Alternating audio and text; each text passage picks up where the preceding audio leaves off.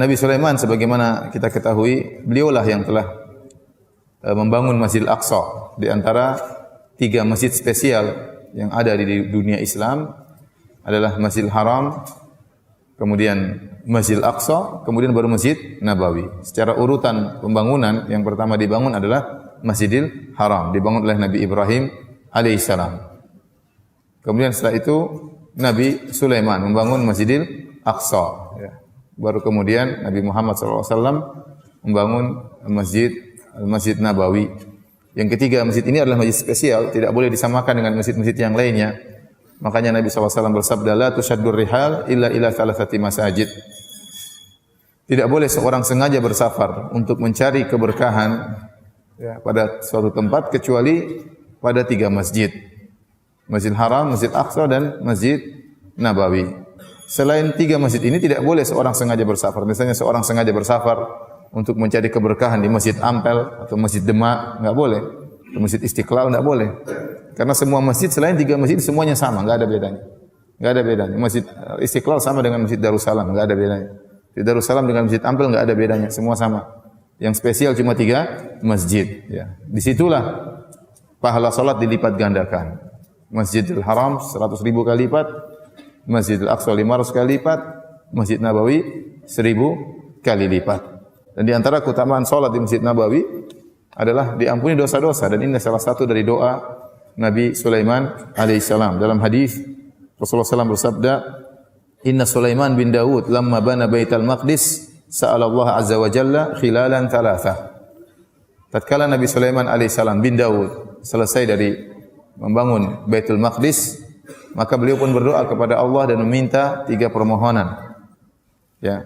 Sa'ala Allah azza wa jalla hukman yusadifa hukmahu fa'utiyahu. Pertama dia minta kepada Allah agar diberi hukum yang sesuai dengan hukum Allah Subhanahu wa taala, dan Allah berikan. Hukum Nabi Sulaiman sesuai dengan hukum Allah Subhanahu wa taala. Wa sa'ala Allah azza wa jalla mulkan la yanbaghi li ahadin min ba'dihi fa'utiyahu.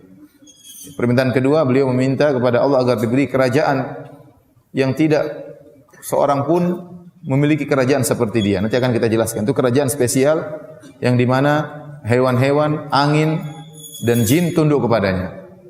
Yang tidak ada seorang sebelum Nabi Sulaiman dan setelah Nabi Sulaiman yang memiliki kerajaan seperti ini. Ya, bukan dari sisi luas kerajaannya, tapi di situ angin tunduk kepada Nabi Sulaiman, hewan-hewan tunduk kepada Nabi Sulaiman, dan juga jin-jin, baik jin buruk maupun syaitan, semuanya tunduk kepada Nabi Sulaiman. Dan wa utiyahu, dikabulkan oleh Allah Subhanahu wa taala. Kemudian permintaan yang ketiga, alla ya'tiyahu ahadun la yanhazu illa lis-salati fihi an yukhrijahu min khati'ati ka yaumin waladathu ummuhu. Dan yang ketiga, Nabi Sulaiman minta agar kalau ada orang datang ke Masjid Aqsa dan dia tidak punya niat ke situ kecuali untuk salat. Ya, bukan untuk macam-macam ya, bukan untuk selfie-selfie, enggak ya. Datang ke situ niatnya benar-benar untuk apa? Salat, ya. Makanya di sini ada persyaratan. Saya ingatkan kepada ikhwan-ikhwan yang pergi ke sana, benar-benar niatnya untuk apa? Salat. Karena alla ya'tiyahu ahadun la yanhazuhu illa lis-salat. Tidak seorang pun datang ke masjid ini dan dia tidak tergerak untuk ke sana kecuali untuk apa? Salat.